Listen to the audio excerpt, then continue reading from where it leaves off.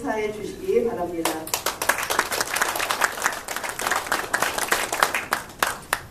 잠시 후 강의 시작하실 때 연사이신 이민석 회장님의 양력을 상세히 말씀해 드리도록 하겠습니다. 오늘 포럼에는 특히 본 포럼의 창립과 발전을 위해서 늘 불철주야 노력해오고 계시는 저희 포럼의 유장희 상임고문님 4분이 참석하셨습니다. 특히 오늘 이 자리에는 사모님이신 송정아 사모님께서 참석해 주셨는데 한번 자리에서 일어나 주시면 감사하겠습니다.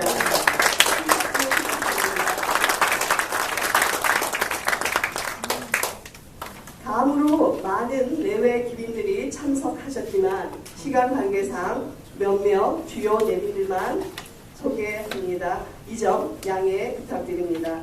지금부터 호명되신 분들은 잠시 자리에서 일어나셔서 인사해 주시면 감사하겠습니다. 오명 전 교육부총리님,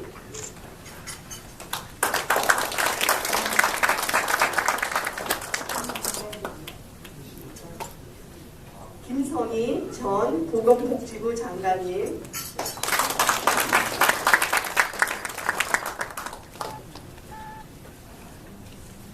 안총기 전 외교부 차관님 참석하셨습니다.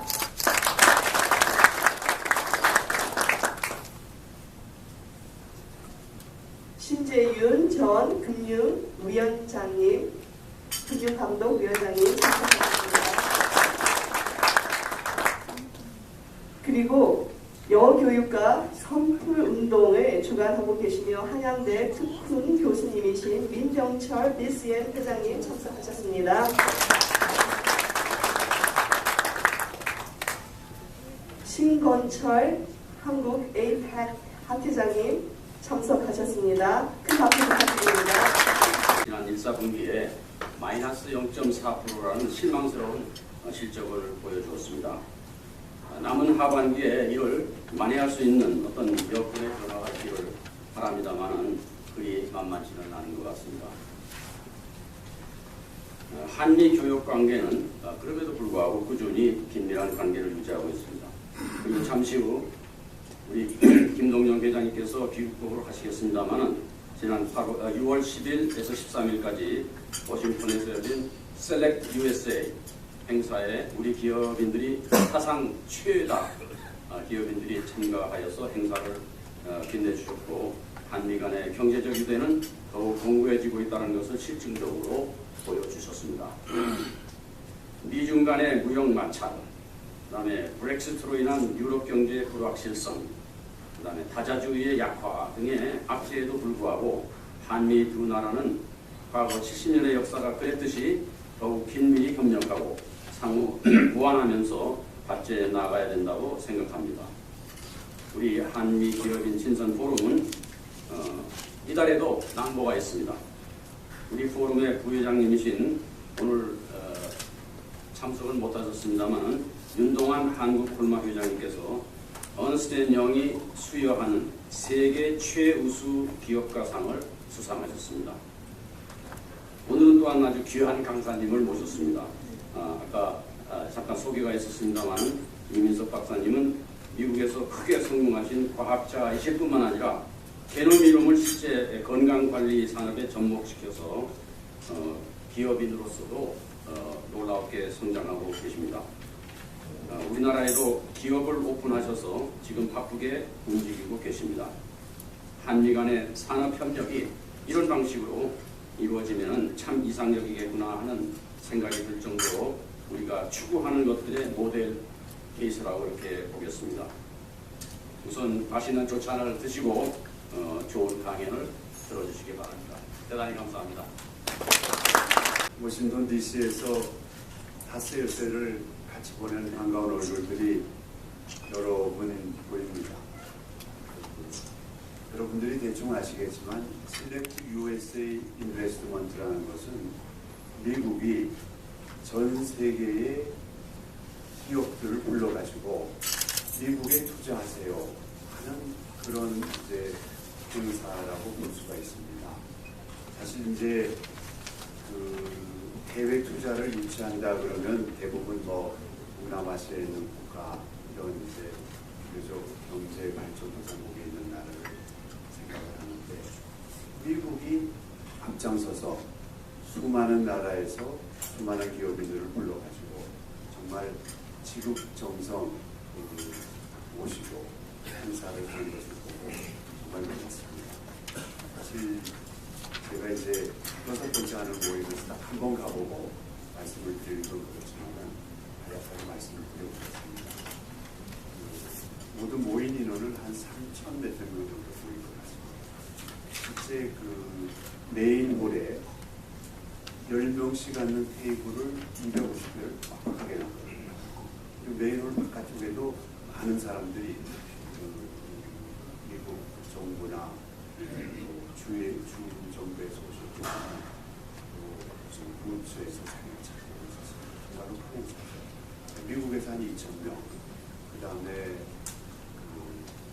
해외에서 70개국에서 1,400명이 우리나라는 작년에 36명이 갔는데 작년에는 결국 도착해서 보니까 110명 정도.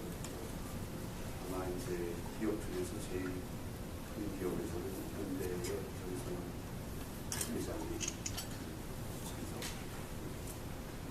큰 기업들에서 많이 참석하셨습니다. 사실 한국 기업들은 대접을 잘 받았습니다. 저희가 이제 일요일날 도착했는데 일요일날 저녁부터 행사가 있었고 월요일날 점심 때 이제 해리스 대사 초청을 해서 점심을 같이 먹는 모임을 했는데 윌버로스 상무장관이 직접 참석을 했습니다. 몸이 10개라도 모자라는 사람인데 그 시간에 한국인 기업가를 위해서 참석을 해준 것이 참 대단하죠. 물론 이제 그 뒤에도 주지사들이 여럿이 나와서 자기 주 정도를 소개하는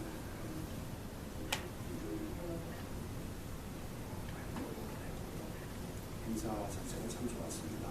그래서 이제 큰 행사에서 한 자리에서 많이 모일 수도 했지만 또 주 정부들을 소개하는 굿즈도 굉장히 많이 만들어놨습니다. 또 주 정부 이외에 중앙 정부에서도 여럿이 다 나와가지고 굿즈를 만들어서 무엇이든지 물어보라, 즉각즉각 이런 말씀이고 물론 이제 미국이기 때문에 아침 점심 같은 걸 그냥 서서 먹으면서 간단하게 먹으면서 시간을 다 아껴서 그런 기획을 했는데요. 다양했습니다. 전부가 다 모이는 모임도 있지만 또 모임이 잘라지면은 모임이 9개, 10개씩 잘라져서 자기 그 필요한 분야를 들을 수 있겠고요. 또 무엇보다도 참 요새 개인적으로 굉장히 감명을 받았던 벤처 기업들을 불러가지고 pitch를 시켰습니다. 회사 소개인데 저도 그게 이제 흥미가 있어서 사실 들었습니다. 그래서 이제 우리나라에서도 가서 이제 pitch를 하시고 딱 4분입니다.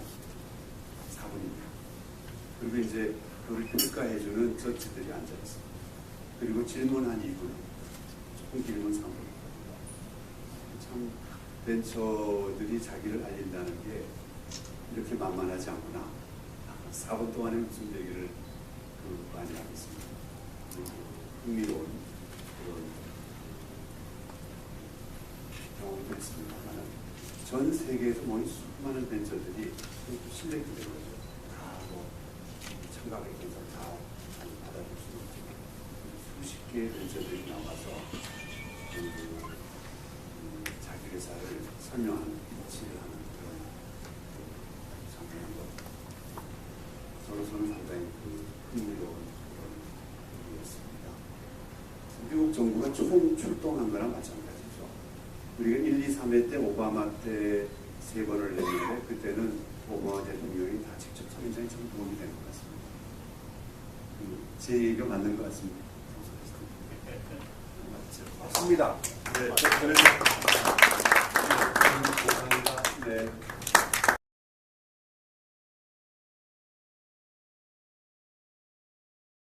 일과대학 개농연구센터에서 박사후 과정을 마치셨습니다.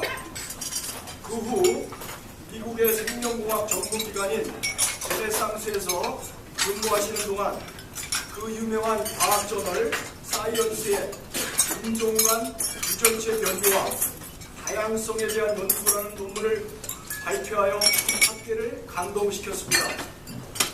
그 이후 이 박사님께서는 미국의 과학연구기관인 시쿼덤에서 근무하면서 유전체 분석에 기반한 다양한 진단 개발을 통해 다수의 특허와 원천 기술을 개발하셨고 이를 보유하고 계십니다. 현재는 한미합작법인 EBGC의 공동대표이시며 미국 다이아그노믹스 대표로 계시면서 인천대학교 융합기술원 추문교수로서 수고하고 계십니다.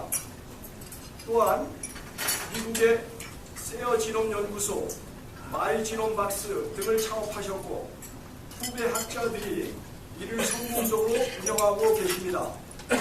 최근 100세 게놈혁명이라는 저서도 출간하셨습니다. 동저서의 한국어판이 최근 나왔고 오늘 우리 이사님들께 증정하시기 위해 몇 권을 가지고 오셨습니다. 오늘 우리 포럼에 이 회장님을 모신 것을 영광으로 생각하며 다시 한번 이 회장님께 뜨거운 박수를 보내주시기 바랍니다. 이제 한미 주변 중소 기업들 시대에 세계를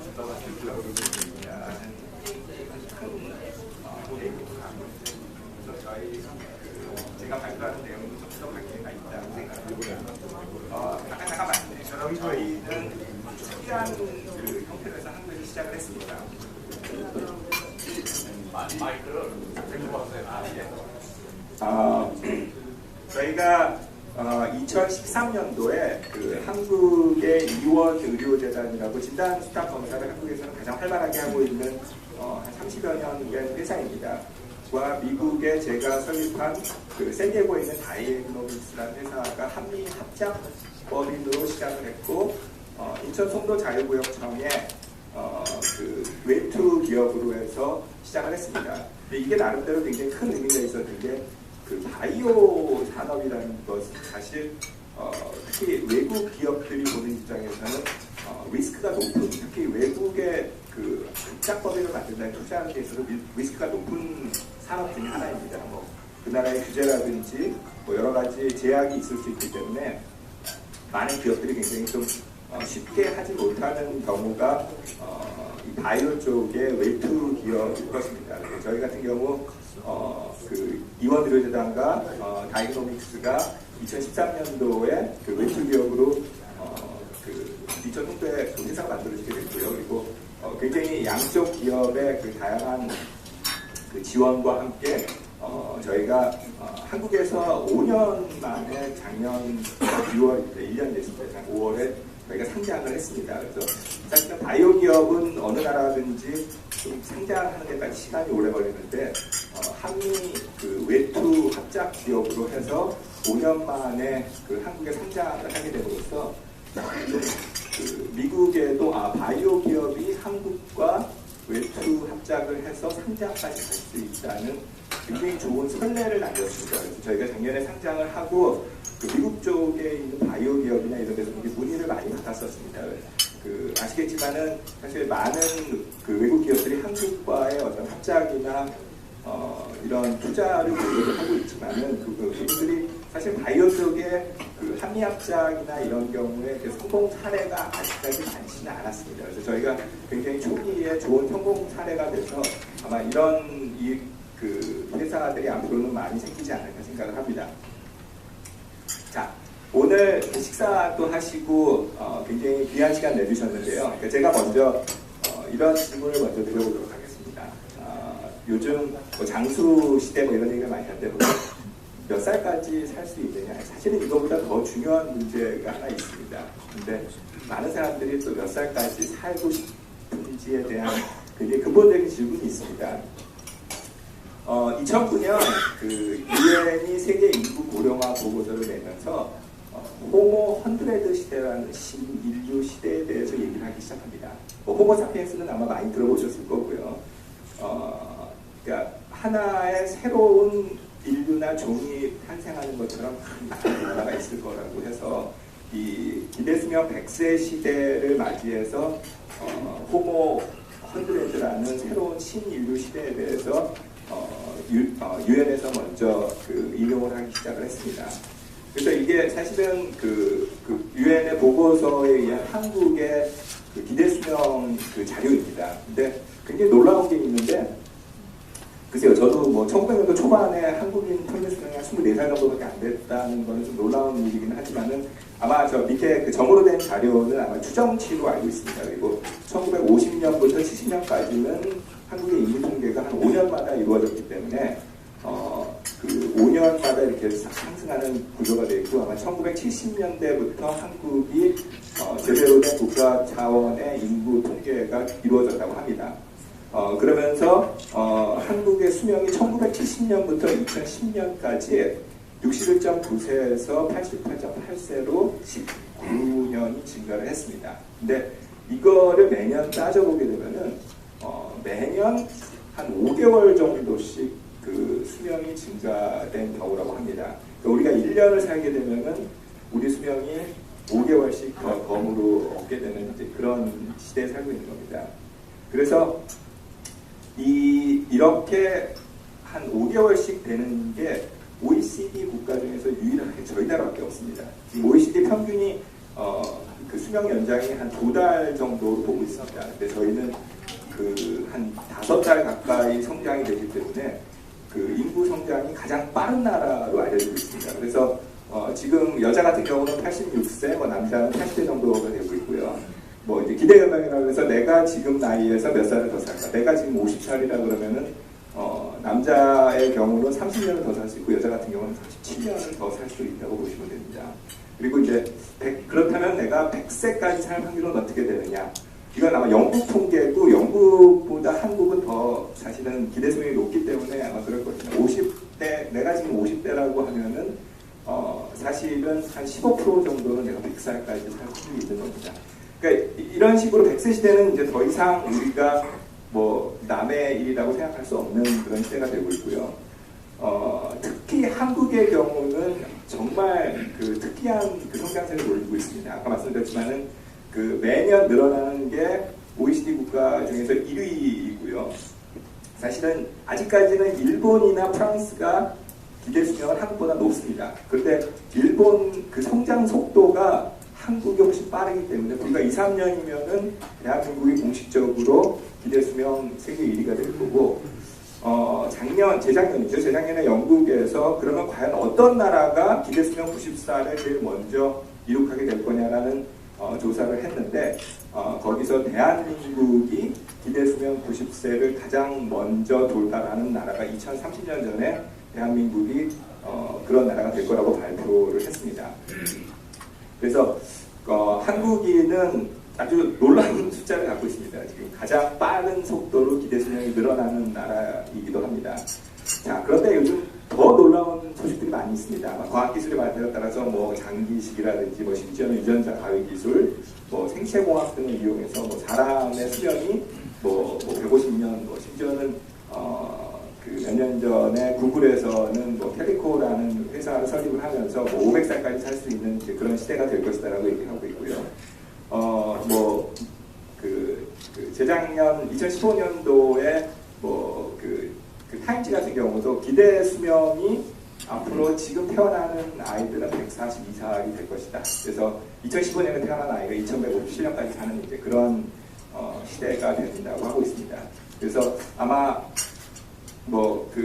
성경에 보면은 가장 오래 사는 사람이 무드셀라라고 창세기에 보면 969살을 살았다고 합니다. 그래서 아마 이것도 가능한 시대가 다시 오지 않을까 사람들이 생각을 하고 있습니다. 그래서 구글 같은 경우도 보게 되면은 사실은 굉장히 IT 기업으로 많이 알려져 있는데 지금 헬스케어나 생명과학 쪽에 엄청난 투자를 하고 있고요. 그래서 심지어는 구글이 생명을 정복하겠다 이런 식으로 IT 회사들이 굉장히 이쪽에 또 많은 그런 관심을 갖고 있습니다.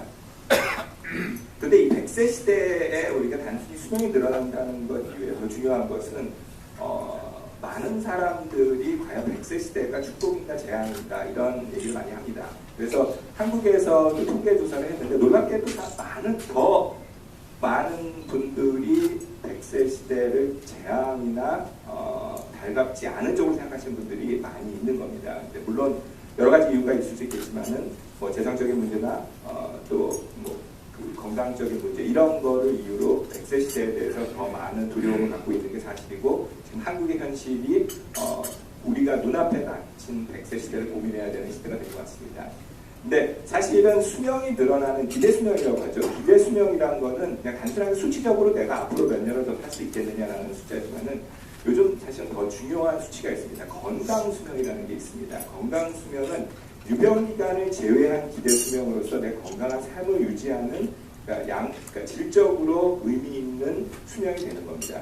근데 한국 같은 경우도 사실 건강수명을 공식적인 집계를 안 하다가 그 2012년부터 2년 간격으로 건강수명을 발표를 하고 있습니다. 그런데 굉장히 놀라운 사실이 기대수명이 늘어가는데 건강수명이 줄고 있는 현실인 겁니다.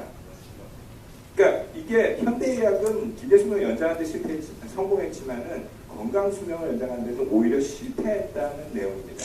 이 얘기는 결과적으로 내 수명이 늘어나면서 병치레를 하는 기간이 오히려 늘어나고 그 단순 그 기대 수명이 늘어나는 것은 오히려 재앙이 될 수 있는 가능성이 높아지고 있는 겁니다. 그래서 뭐 기대 수명과 건강 수명 단축 요인을 보게 되면 아마 잘 아시겠지만은 뭐 우리가 그 기대 수명 같은 경우는 가장 중요한 요인이 남자냐 여자냐입니다. 남자냐 여자냐에서 여자가 보통 6살 정도를 더 살게 되어 있고요. 뭐 흡연, 비만, 독신, 뭐 굉장히 다양한 요인들에 의해서 기대 수명이 단축이 된다고 합니다. 근데 아까도 말씀드렸던 더 중요한 건 건강 수명입니다. 내 건강 수명을 어떻게 유지를 할 거냐. 뭐 당연히 뭐 음주, 흡연 뭐 이런 게 굉장히 그 건강 수명에 관계가 있다고 하지만 사실은 건강 수명에 가장 큰 영향을 미치는 거는 식습관, 나쁜 식습관이라고 합니다. 그래서 질병과 건강의 관계를 보게 되면 사실은 많은 사람들이 질병은 어떤 선천적 요인과 후천적 요인이 합쳐져서 일어난다고 보고 있습니다. 그래서 선천적 요인은 보통 유전적 요인이 가장, 뭐 가족력이나 유전적 요인이 가장 많고요. 그 다음에 후천적 요인으로서는 뭐 환경 또는 생활습관 이런 것이 합쳐서 내 건강과 질병을 좌우하게 됩니다. 그래서 이러한 건강과 질병을 좌우하는 것은 하나의 지렛대와 같은 그런 그 역할을 한다고 보시면 될 것 같습니다. 근데 나에게 건강에 대한 위험 요소가 더 많으면 그것이 질병 쪽으로 기울어질 수밖에 없는 거고, 그 보호 요소가 많으면은 건강 쪽으로 유지가 될 수 있는 겁니다. 근데 아까 그 요소라는 거는 제가 말씀드렸듯이 유전적 요인, 또 어떤 환경적 요인 이것을 다 복합적으로 합친 요인이라고 볼 수 있습니다. 그래서 질병과 건강은 결국은 이런 유전적과 후천적인 요인의 상호작용에 의해서 조절되고, 근데 중요한 것은 선천적인 요인은 예측을 할 수 있는 시대가 됐습니다. 예측이 가능하다는 얘기는 그 예측을 통해서 무엇인가 개선을 할 수 있을 경우에 의미가 있다고 봅니다. 그래서 말씀드렸지만은 자 결국은 유전적, 그러니까 선천적인 요인과 비유전적 요인이 합쳐졌을 때 건강과 질병을 할 수가 있는데, 내가 유전적으로 어떤 그 질병의 위험이 높다 하더라도 비유전적 요인이 작게 할 수 있으면 실제적으로 건강을 유지할 수가 있는 겁니다. 반대로 내 유전적인 어떤 질병의 위험도가 낮다 하더라도 내 비유전적인 요인은 뭐 아까 말씀드린 뭐 식습관이라든지 담배, 뭐 음주 뭐 이런 거에 의해서 어떤 환경적인 요인의 위험 요소를 증가시키면은 결국은 나의 유전적인 요인이 낮아도 질병으로 갈 수밖에 없는 것입니다. 그래서 가장 중요한 거는 나의 어떤 유전적인 요인을 미리 알고 예측할 수 있으면은 그걸 통한 어떤 개선, 자기의 생활 습관이나 이런 걸 개선해서 예방을 할 수 있는 이제 그런 시대가 되고 있는 것입니다.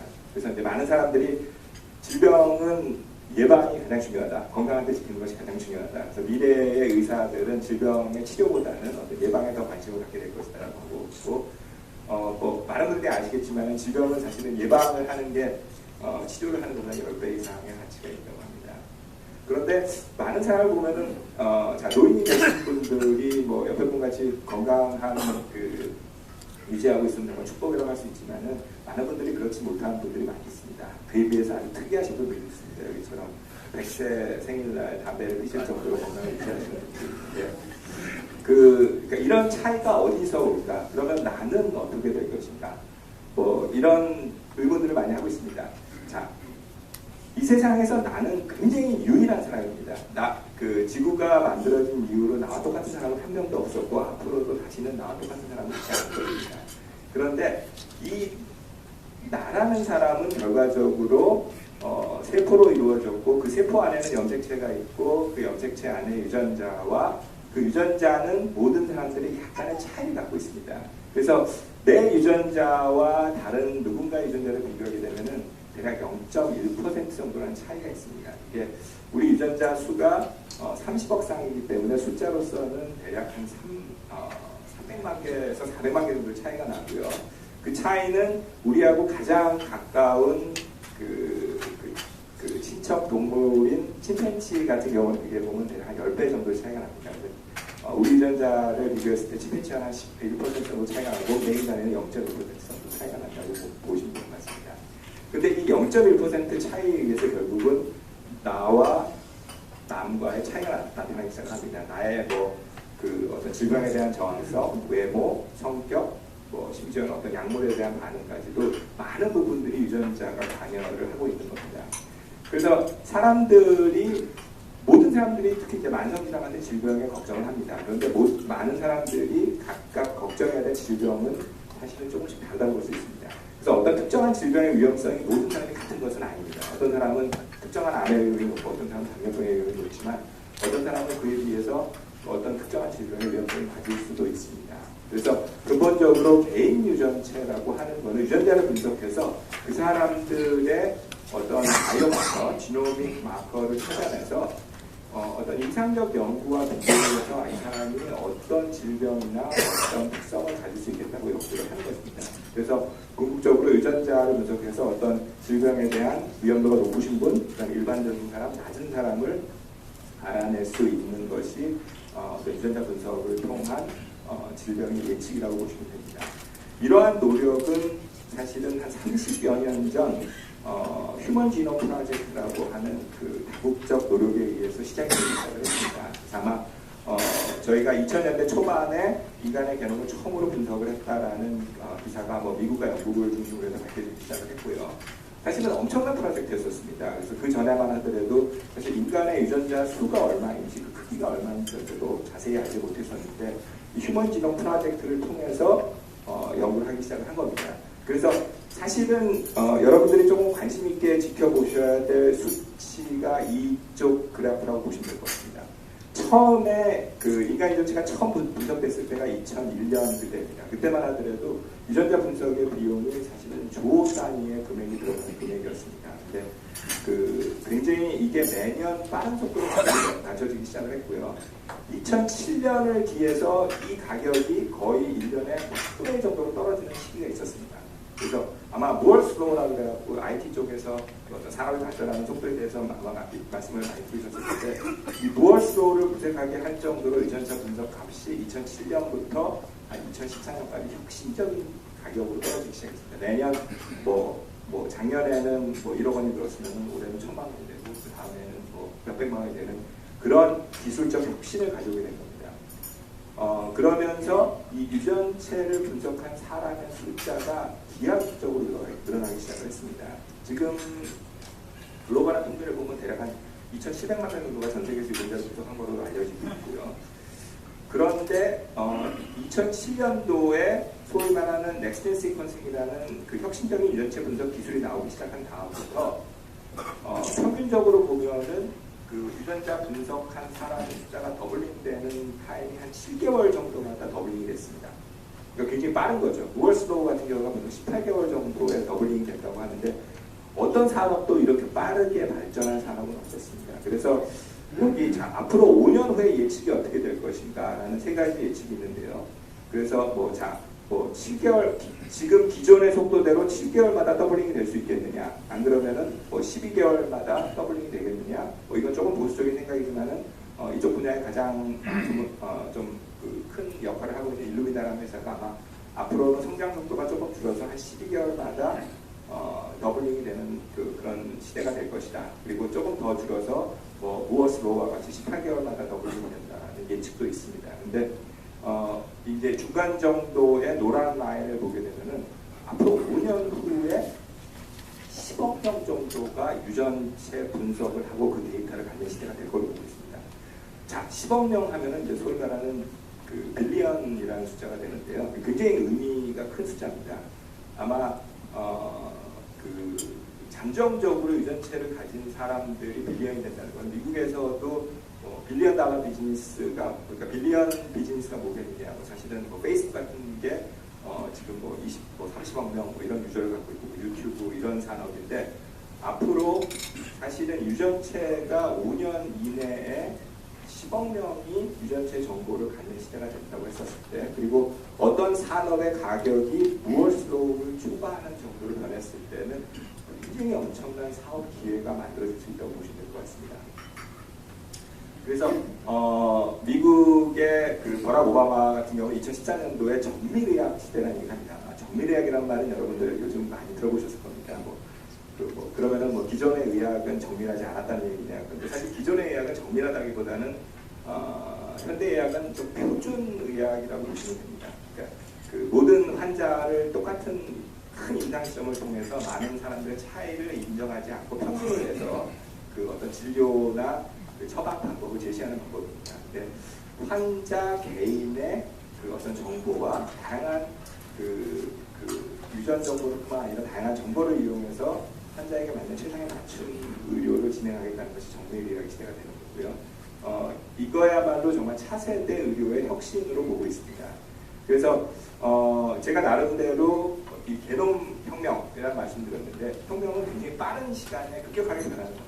아까 그 게놈 혁명은 아까 말씀드렸던 휴먼 게놈 프로젝트에서 아마 시작이 됐다고 보시면 될 것 같습니다. 휴먼 게놈 프로젝트는 결과적으로 인간들의 표준 유전체를 만드는 시대였었습니다. 그 다음에 2차 유전체 혁명 기간 동안은 굉장히 다양한 유전체 시대의 연구가 진행이 됐고요. 2007년도에 아까 잠깐 말씀드렸던 그 차세대 유전체 분석 장비라는 넥스트젠 시퀀싱이 나오면서 전문가들이 유전체를 사용하는 임상 분석 시대가 열렸습니다. 그리고 2014년도에 아까 말씀드렸던 정밀의학 이런 것이 되면서 개인 유전체 시대라는 것이 열립니다. 개인이란 말은 사실은 이런 유전체 분석 같은 데서 잘 쓰는 말이 아닙니다. 왜 그러냐면은 유전체 분석 같은 경우는 임상적이고 전문가들 영역에서 쓰여지던 개인들이 쓰는 용어는 아니었습니다. 근데 공식적으로는 퍼스널 지놈에서 개인 유전체란 말이 더 활발하게 쓰여지고 있는 이유 중에 하나는 이 유전체는 이용한 굉장히 다양한 산업이 생겨나고 있기 때문이라고 보시면 될 것 같습니다. 자, 뭐 저희 그 미팅 포럼도 보면은 4차 산업혁명을 기반으로 한 다양한 어떤 그 개발을 하는 건데 아마 4차 산업혁명하면은 굉장히 많은 키워드들이 있습니다. 뭐 5G 요즘은 뭐 빅데이터, AI 뭐 이런 것도 있고 이제 IoT에서 사물 인터넷 뭐 이런 데 굉장히 많은 관심을 갖고 있는데 여러분들이 아마 오늘 굉장히 관심을 가지셔야 될 단어 중에 하나가 IoT라는 단어가 있습니다. 많은 분들이 아마 들어보지는 못하셨을 겁니다. IoT는 많이 들어보셨을 거고요. 이 IoT는 Internet of DNA라는 말의 약자입니다. 그 미국 MIT에서 매년 그 해의 Breakthrough Technology를 발표를 합니다. 그래서 거기서 2015년도에 발표한 게 IoT라는 단어입니다. 그 A Global Network of Millions of Genomes could be Medicine's Next Great Advance 뭐 이런 제목으로 했는데요. 그러니까 수백만 명, 수천만 명의 사람들의 유전자가 네트워크로 연결되기 시작하는 것입니다. 그러니까 이것이 뭐 Rewriting the Life 할 정도로 뭔가 큰 변혁을 갖고 올 것이다. 자, 어느 산업이 5년 후에 10억 명을 돌파하는 산업에 그 사람들이 연결되기 시작한다고 했을 때는 엄청난 파워가 있을 수밖에 없는 겁니다. 그래서 요즘은 결국은 뭐 IoT에서 뭐 심지어는 그 모든 사물들이 인터넷상에서 연결되고 있지만은 그에 비해서 모든 개인들의 유전자가 연결되는 IoT 시대가 열리고 있고, 이런 거를 기반으로 한 뭐 DNA 앱스토어라는 그런 개념이 그 다음해인 2016년도에 MIT 테크놀로지에서 10대 혁신 기술로 소개가 되기도 했습니다. 결과적으로는 이 유전자 데이터를 기반으로 엄청난 변혁이 일어나는 것을 아마 향후 5년 이내에 보시게 될 겁니다. 결국은 뭐 어떤 그 유전자 분석하는 랩뿐만이 아니라 이 지놈을 이용한 앱스토어가 생겨나기 시작했고요. 어떤 마켓플레이스가 또 만들어지고 있습니다. 그래서 또 지놈 네트워킹이라든지 또 다양한 연구 개발까지 포함을 해서 이 지놈을 기반으로 한 어떤 정밀 휴먼 시대가 열리고 있다고 보시면 될 것 같습니다. 자, 그럼 대화를 조금 바꿔서 이 지놈이 우리에게 어떤 도움을 줄 수 있는지 정밀하게 케이스를 한두 가지만 제가 소개를 드리도록 하겠습니다. 아까 뭐 고령화 시대 말씀드렸는데, 고령화 시대가 되면서 사람들이 가장 두려워하는 질병이 무엇일까? 한국에서 여러 번 조사를 했는데 암을 제치고 사실은 치매가 가장 노년기에 두려워하는 질병이라고 합니다. 그래서 뭐 암은 사실은 그 사망 원인으로서는 가장 높지만은 뭐 어떤 비용이라든지 이런 면에서는 치매가 훨씬 더 큰 사회적인 부담, 그다음에 가족이나 개인의 부담을 주고 있다고 합니다. 그래서 뭐 미국 같은 경우도 굉장히 뭐 치매와의 전쟁을 선포하고, 또 한국도 아마 치매, 문재인 정부가 들어서면서 치매 국가 책임제를 발표할 정도로 굉장히 많은 사람들이 관심이 되고 있습니다. 그래서 뭐 치매는 아시겠지만은 지금 현재 유병률이 한 대략 10%, 65세 이상에서 10% 정도로 되고 있는데, 이 굉장히 고령화가 되면서 증가할 것이고, 아마 앞으로 한 10여 년 후면 15%까지 올라갈 것으로 보고 있습니다. 여자들이 남자보다 한 2배 이상 높은 걸로 알고 있습니다. 그 다음에 뭐 한국에서도 이 치매 환자 1인당 뭐 연간 관리 비용이 2천만 원이 넘어갈 정도로 해서 큰 사회적 부담을 주고 있는 게 치매입니다.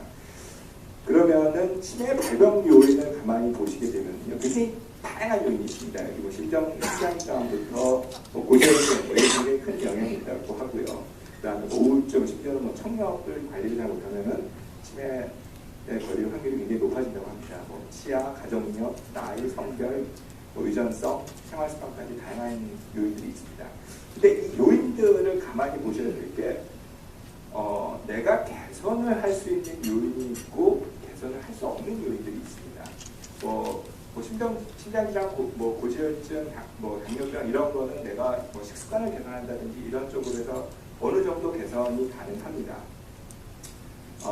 근데 뭐 가족력 이거는 뭐 할 수가 없는 거고요. 그리고 뭐 당연히 치매의 가장 큰 요인은 나이입니다. 나이가 치매의 가장 큰 요인이고, 성별도 아까 말씀드렸듯이 여자들이 훨씬 높고요. 유전성 요인이 크다고 하고 있습니다. 그런데 내가 개선할 수 없는 요인이 있지만은 개선할 수 있는 부분 중에 사실은 가장 우리가 개선을 하기 용이한 부분이 사실 나의 생활 습관입니다. 그래서 생활 습관을 보게 되면 치매의 경우 운동, 흡연, 과음, 비만, 또 충분한 잠을 잔다든지 식단, 스트레스, 학습, 독신, 취미, 기호, 종교, 굉장히 다양한 요인들이 치매의 어떤 생활 습관에서 오는 보호 요인이 될 수 있다고 합니다.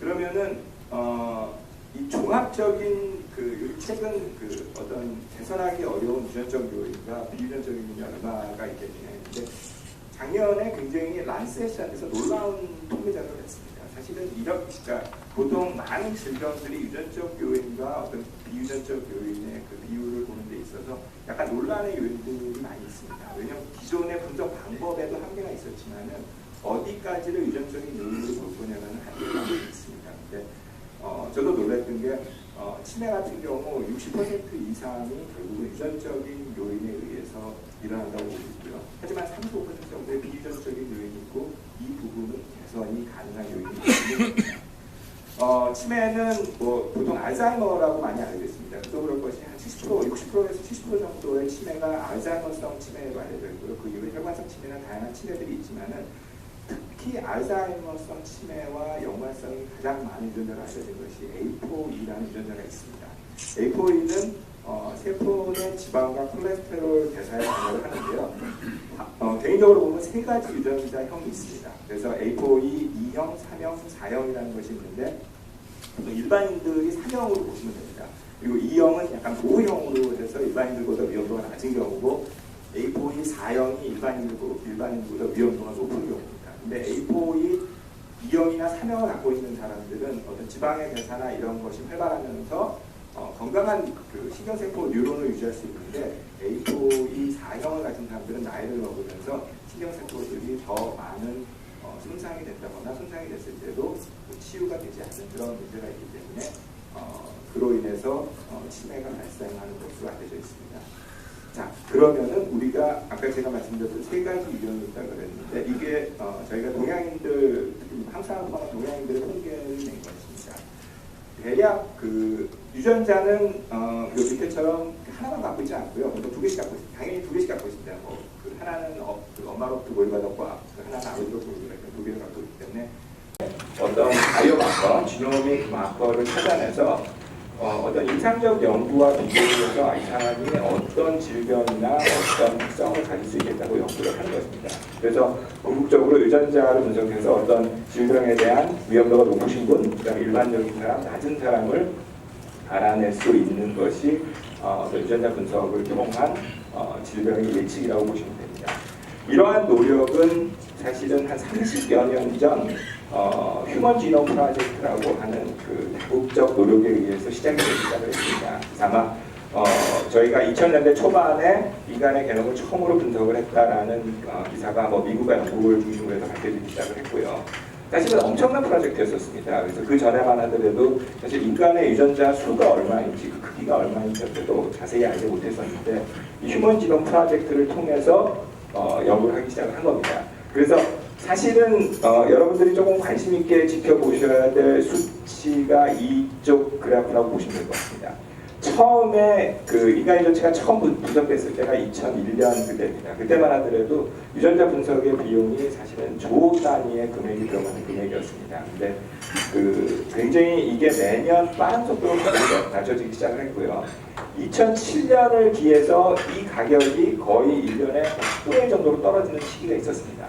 그래서 아마 무얼스 로우라고 해갖고 IT 쪽에서 어떤 산업이 발전하는 속도에 대해서 아마 말씀을 많이 들으셨을 텐데 이 무얼스 로우를 부족하게 할 정도로 유전자 분석 값이 2007년부터 2014년까지 혁신적인 가격으로 떨어지기 시작했습니다. 매년 뭐 작년에는 1억 원이 들었으면 올해는 1,000만 원이 되고 그 다음에는 몇백만 원이 되는 그런 기술적 혁신을 가져오게 된 겁니다.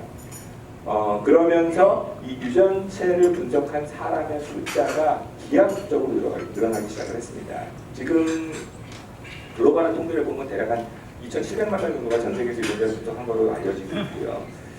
그런데 2007년도에 소위 말하는 넥스트젠 시퀀싱이라는 그 혁신적인 유전체 분석 기술이 나오기 시작한 다음부터 평균적으로 보면은 그 유전자 분석한 사람의 숫자가 더블링되는 타임이 한 7개월 정도마다 더블링이 됐습니다.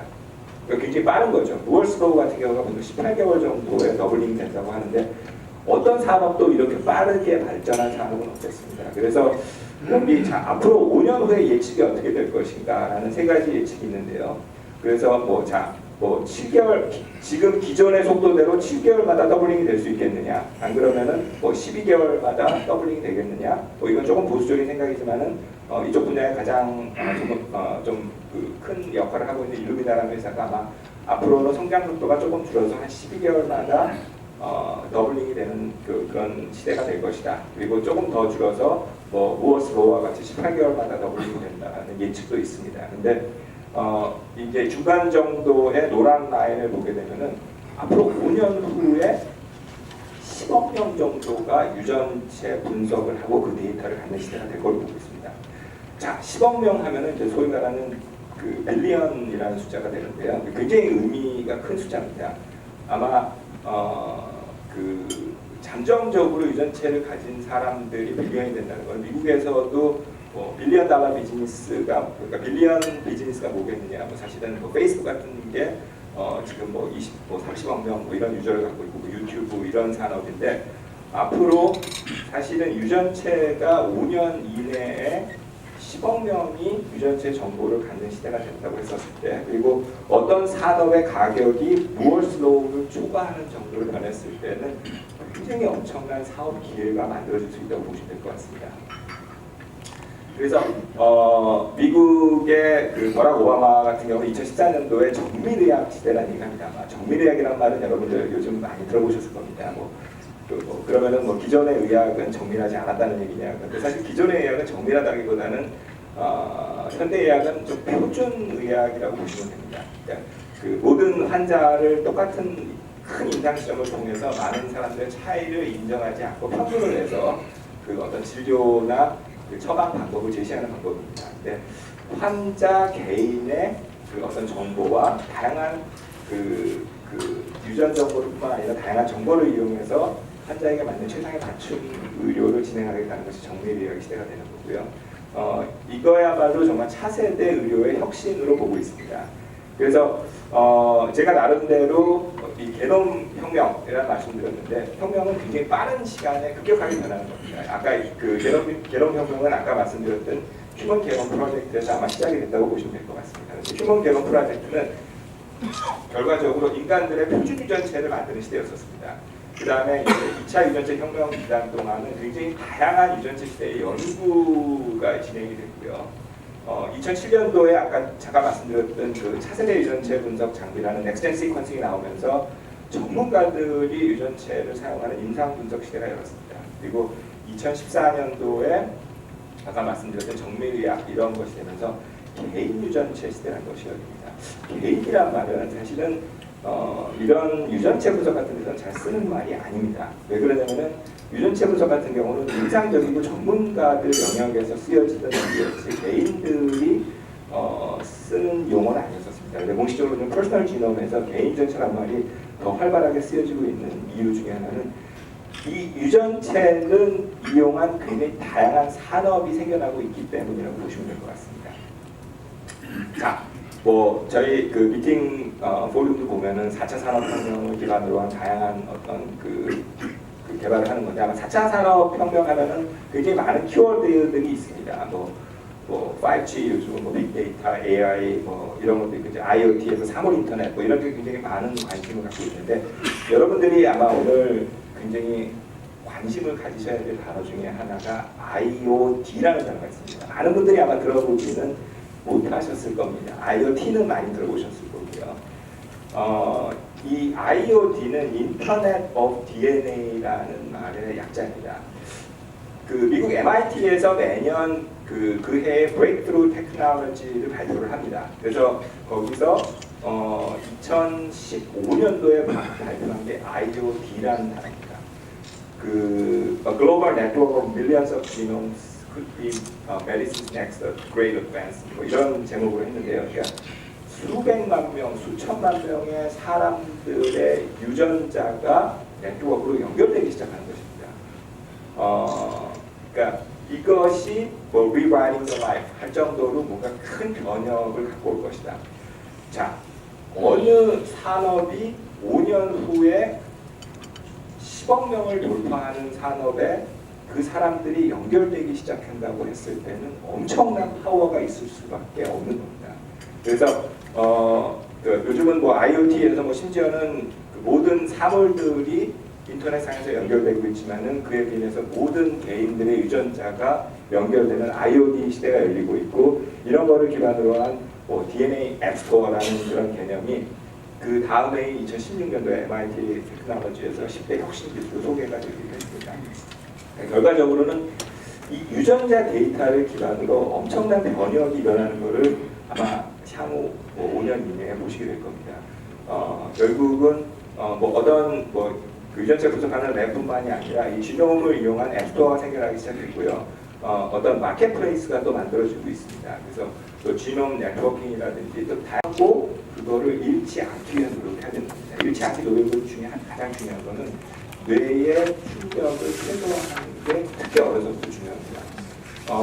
결과적으로 아까 말씀드린 APOE4형의 유전자를 갖고 있는 사람들은 이런 뉴런이나 신경세포의 어떤 그 피해를 보았을 때 그거를 회복하는 능력이 일반인들에 비해서 굉장히 현저하게 낮은 겁니다. 그러니까 가능하면은 뇌가 부상을 입는 거를 최소화해야 되고요. 어린 나이에서부터 그런 생활 습관을 기를 수 있도록 해야 됩니다. 그래서 만약에 아이가 뭐 자전거를 탄다 그러면은 뭐 단순하게 헬멧을 꼭 착용하게 한다든지 그런 것으로 인해서도 굉장히 그 위험을 줄일 수가 있는 거고요.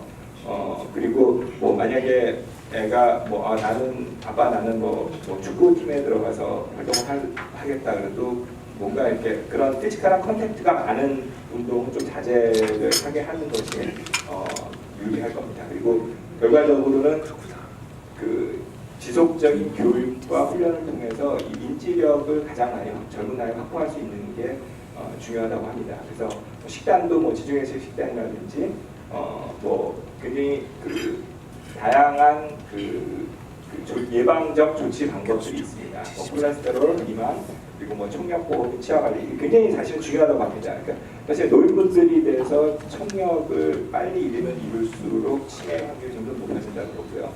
뭐 치아 숫자와 뭐 치매 발병도와도 굉장히 상관이 높다고 합니다. 그러니까 사실은 굉장히 잘 씹고 잘 듣고 하실 수 있는 게 그 치매를 줄이는 데 도움이 된다고 합니다. 그리고 치매는 사실은 수명에 가장 큰 관계가 있기 때문에 요즘은 사실 텔로미어라고 해서 그 수명과 연장이 있는 어떤 그 바이오 지표가 있습니다.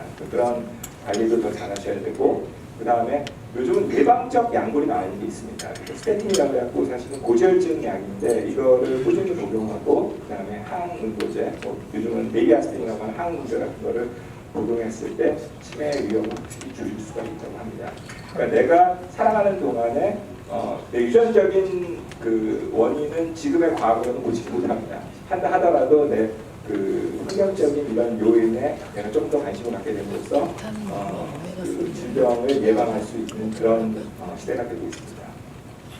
자, 그 다음은 암입니다. 암 뭐 누구나 다 걱정하실 거고요. 여기 계신 분 누구도 우리 집안에는 아무도 암에 걸린 사람이 없어. 나는 암에 대해서 걱정을 안 해도 돼. 라고 하시는 분은 한 분도 없을 겁니다. 암은 누구나 다 걱정을 해야 되는 거고 문제는 모든 사람들의 암의 위험도 같지는 않습니다. 저 같은 경우는 개인적으로 대장암의 위험이 높은 것으로 나와 있고요. 저희 어머니 대장암으로 사망을 하셨습니다. 어떤 분들은 뭐 위암이나 유방암이라든지 위험도가 다른 것이 모든 사람들은 요즘 같은 경우 생존 시 한 35% 정도 암에 걸릴 확률을 갖고 있다고 보시면 될 것 같습니다. 암도 마찬가지입니다. 암이야말로 가장 빠르게 발전하는 유전병이라고 보시면 됩니다. 후천적으로 발생하는 유전병으로 보시면 되시고 유전적인 요인, 그 다음에 식습관, 흡연, 굉장히 다양한 요인들이 있습니다.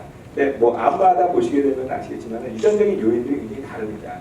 유방암 같은 경우는 대략 한 35% 정도, 어떤 경우는 유전적 요인이 높은 경우, 그리고 폐암 같은 경우는 유전적인 요인이 사실 10% 내외입니다. 그러니까 굉장히 흡연이라든지 그 후천적인 요인들이 많고요. 프로스테이트 캔서 같은 경우도 유전적인 요인들이 높은 겁니다. 그래서 내가 어떤 암에 대해서 나의 유전적인 위험도가 어떠냐를 파악할 수 있으면 굉장히 나에 맞는 어떤 건강 관리가 가능해질 수 있는 겁니다. 그래서 어떤 특정 유전자 같은 경우 gastric cancer의 CDH 같은 경우는 이걸 가진 사람과 안 가진 사람들의 유전적 위험도가 0.6%와 80% 이렇게 큰 차이가 납니다. BTS가 된 타이로이드 캔서, 브레스트 캔서의 브라카완 같은 경우는 안젤리나 졸리 스토리에서 굉장히 많이 알려지고 있지만 굉장히 다양한 유전자들에 의해서 나의 암의 위험도를 10배 이상 증가시킬 수가 있는 겁니다. 아마 그 안젤리나 졸리의 스토리는 많은 분들이 들어보셨을 겁니다. 2013년도에 안젤리나 졸리가 뉴욕타임스의 My Medical Choice에서 자기가 어떻게 해서 유방암 유전자 검사를 하게 됐고 선제적 유방 절제술과 자궁 절제를 하게 됐는데 대한 스토리를 올리게 됩니다. 굉장히 극단적인 케이스였습니다. 사실 암이 걸리기 전에 먼저 수술을 한다는 것에 대한 인식이 그렇게 많이 알려지지 않은 상황에서 안젤리나 졸리가 사실은 굉장히 선구자적인 입장에서 이거를 알리게 되었던 큰 계기가 되었습니다. 안젤리나 졸리 같은 경우도 여기 보시는 것 같이 사실은 유방암과 가장 관계가 있는 걸로 알려진 BRCA1이었습니다. 그래서 그 중에서도 가장 높은 BRCA1의 87% 정도의 위험도를 갖고 있었던 거고요. 그래서 유방암만 하더라도 BRCA 이외에 P10 굉장히 다양한 유전자들이 유방암의 원인을 높이는 걸로 알려져 있습니다. 그 중에서도 BRCA1이었고 BRCA1의 유전자를 갖고 변이를 갖고 있게 되면은 말씀드린 경우처럼 87% 그다음에 오버레이 캔서 같은 경우는 60% 이상의 위험도를 갖게 됩니다. 똑같은 얘기입니다. 유방암이 누구나 걸릴 수 있습니다. 남자도 사실 유방암이 걸립니다. 근데 뭐 당연히 40대 이후에 굉장히 정기적인 검진과 유방 조영 수술하고 뭐 경질 운동하는 일반적인 예방 조치가 있지만 내가 특히 BRCA1이라는 유전자의 병을 갖고 있다. 내가 안젤리나 졸리 같은 유전자를 갖고 있다. 가장 중요시해야 될 것은 그 유전자의 기능이 뭔가. BRCA라는 유전자는 유전자가 어떤 방사선이나 이런 자외선의 그 피해를 받았을 때 그걸 보호하는 기능을 하는 유전자입니다. 그렇기 때문에 어떻게 해서든지 방사선이나 자외선의 위험을 최소화하는 게 가장 중요한 겁니다. 그래서 어려서부터 방사선 노출을 최소화한다. 그러니까 어린애들 보면은 뭐 엑스레이도 많이 찍고 뭐 이런 거를 많이 하는데 사실은 엑스레이도 피할 수 있으면 피하고 다른 방법을 취하는 게 좋습니다. 그래서 보통 그리고 요즘 뭐 많이 나오는 것 중에 하나가 뭐 항공 여행을 하게 되면은 뭐 이온화 방사선이 높아가지고 뭐 암의 위험도가 높아진다 그랬는데 모든 사람에게 같은 위험도가 있는 건 아닙니다. 특히 BRCA 유전자에 명령 있는 사람들은 방사선이 이런 거에 좀 더 민감하기 때문에 그분들의 위험도가 더 높다고 하면 되겠습니다. 그래서 사실은 뭐 자녀들이 특히 뭐 여아가 나는 커서 뭐 스튜어디스가 된대요. 근데 만약에 BRCA 유전자가 있다 그러면 아마 그거는 좋은 직업은 아닐 겁니다. 당연히 항공여행을 많이 해야 되는 직업에서는 그 방사선의 노출의 위험이 많아지고 그런 경우 더 어떤 직장이나 어떤 자기의 미래까지도 좀 가이드를 줄 수 있는 경우입니다. 그래서 그리고 특히 많은 사람들이 그 유방 조영 수술이라는 마모그램이라는 걸 봤습니다. 근데 마모그램도 사실은 다 엑스레이 같은 방사선에 의한 검사입니다. 실제적으로 그거야말로 물란데 물을 뿌리는 게 아니고 기름을 뿌리는 경우가 마찬가지라고 보시면 되겠습니다. 그래서 만약에 BRCA의 그 뮤테이션이 있다 그러면은 유방 그 엑스레이 같은 그런 그 유방 조영술은 MRI나 초음파 쪽으로 검진을 하게 유도를 하고요. 지금 뭐 미국 같은 경우는 BRCA 그게 있다 그러면은 엑스레이 찍을 때도 그 선택을 할 수 있게 한다고 합니다. 엑스레이 이외에 다른 방법을 할 수 있게. 그 다음에 뭐 비만이나 어떤 그 호르몬제들도 굉장히 조심을 해야 되고 뭐 녹차와 커피 뭐 이런 건 굉장히 도움이 된다고 합니다. 그리고 어떤 경우 뭐 음주는 당연히 그 자제를 해야 되고 뭐 비타민이라든지 이런 쪽에서도 그 굉장히 자기에게 맞는 그런 비타민을 드시는 게 그 예방을 하는 데 도움이 된다고 보고 있습니다. 그리고 예방적 약물로 타모xifen 5년 이상 복용했을 경우 BRCA 뮤테이션이 있던 사람들의 그 확률이 50% 이상 낮아졌다는 보고도 있습니다. 그래서 원래 타모xifen은 그 걸린 이후에 예후용으로 쓰여지는 경우가 있는데 사실은 예방용으로 그 약이 쓰여지는 겁니다. 이건 이제 안젤리나 졸리 같은 이제 수술까지도 가능한 경우라고 보시면 되겠습니다. 이거는 지금 저희 회사에서 뭐 어떤 그 암 리스크에 대한 그런 예로 보여드리는 기록입니다. 그래서 다양한 암에서 어떤 일반적인 위험과 내가 어떤 특별하게 높은 암의 위험도를 분석할 수 있는 그런 서비스가 되겠습니다. 그리고 요즘은 사실은 선천적인 위험도 이외에도 암은 사실은 선천적인 유전적 요인과 후천적인 그런 유전자 변이가 합쳐져서 발병을 한다고 보시면 되겠습니다. 그래서 그 리퀴드 바이옵시에서 생검이라는 얘기를 많이 씁니다. 그래서 암을 조기에 진단하고 조기에 발견하고 그리고 또 암이 어떤 그 수술을 했던 사람들이 그 재발에 대한 모니터링을 이런 유전자 검사를 해서 하는 그런 연구와 개발도 활발하게 이루어지고 있습니다. 제가 긴 시간 관심 갖고 많이 들어주셨는데 몇 가지 정리해봤습니다. 가장 중요한 거는 뭐 누구나 다 아는 얘기지만 건강과 장수는 건강할 때 준비를 하셔야 되고요.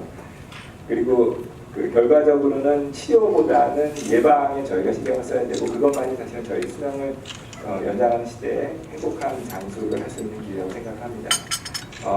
그래서 그 질병을 예시를 통한 맞춤 건강을 할 수 있는 방법을 발견하는 것이 가장 효과적이라고 볼 수 있고요.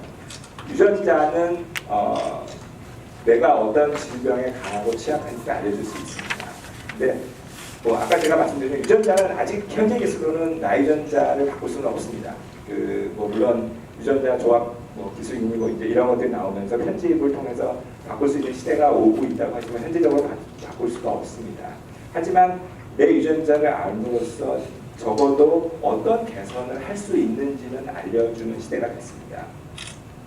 그리고 어떤 경우도 나의 미래를 개선할 수 없는 예측은 차라리 모르는 것이 나을 수 있습니다. 아시겠지만은 사실은 내가 뭐 내일 죽는다라는 것을 미리 알았을 때 내가 할 수 있는 게 아무것도 없다 그러면 그건 차라리 모르니만 못한 것이고요. 그러니까 내가 어떤 질병의 위험이 높다 하더라도 그거를 개선할 여지가 없는 경우는 그거를 굳이 알 필요도 없겠지만 내가 개선할 수 있는 어떤 방법이 있다 그러면 그걸 미리 알고 대처할 수 있는 것이 가장 중요하다고 생각을 합니다.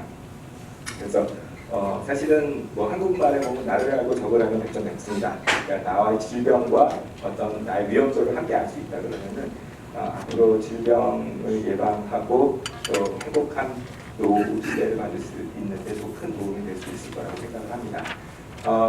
관심 갖고 들어주셔서 감사드리고 제가 뭐 이런 내용을 지금 한 2가지 정도 설명을 해서 말씀을 드렸는데 그 작년에 이런 책을 쓰게 있습니다. 개혁혁명이라는 책을 썼고요. 100세 시대를 맞이하는 개혁혁명 시대에 대해서 다양한 질병에 대해서 이런 좀 정밀이야기에 대해서 말씀드린 책이 있습니다. 그래서 끝나시고 아마 한 번씩 가져가셔서 읽으시면 도움이 되실 거라고 생각을 합니다. 감사합니다.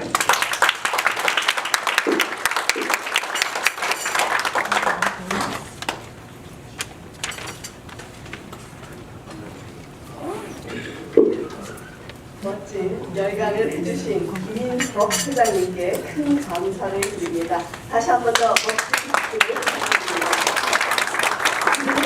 주식감을 가지겠습니다. 지금 주식분은 손에 들어 해석과 성함을 말씀해 주시면 좋겠습니다. 그런데 한 가지 시간이 좀 많이 지연된 관계로 질문은 아쉽지만 한 분만 받도록 하겠습니다. 추후 나머지 질문들은 김인석 회장님께 이메일로 문의를 해주시면 감사하겠습니다. 질문 있으신 분들은 손을 들어 주십시오.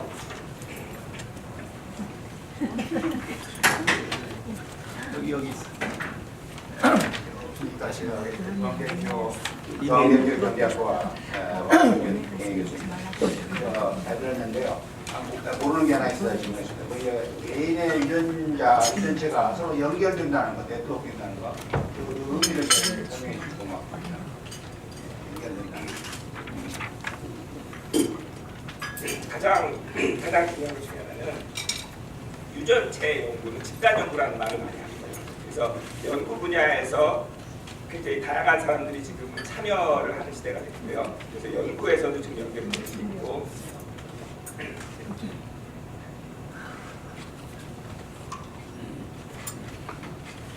그리고 개인들 간의 지금 유전체 분석을 이용한 소셜 네트워킹이 이루어지는 것들이 많이 있습니다.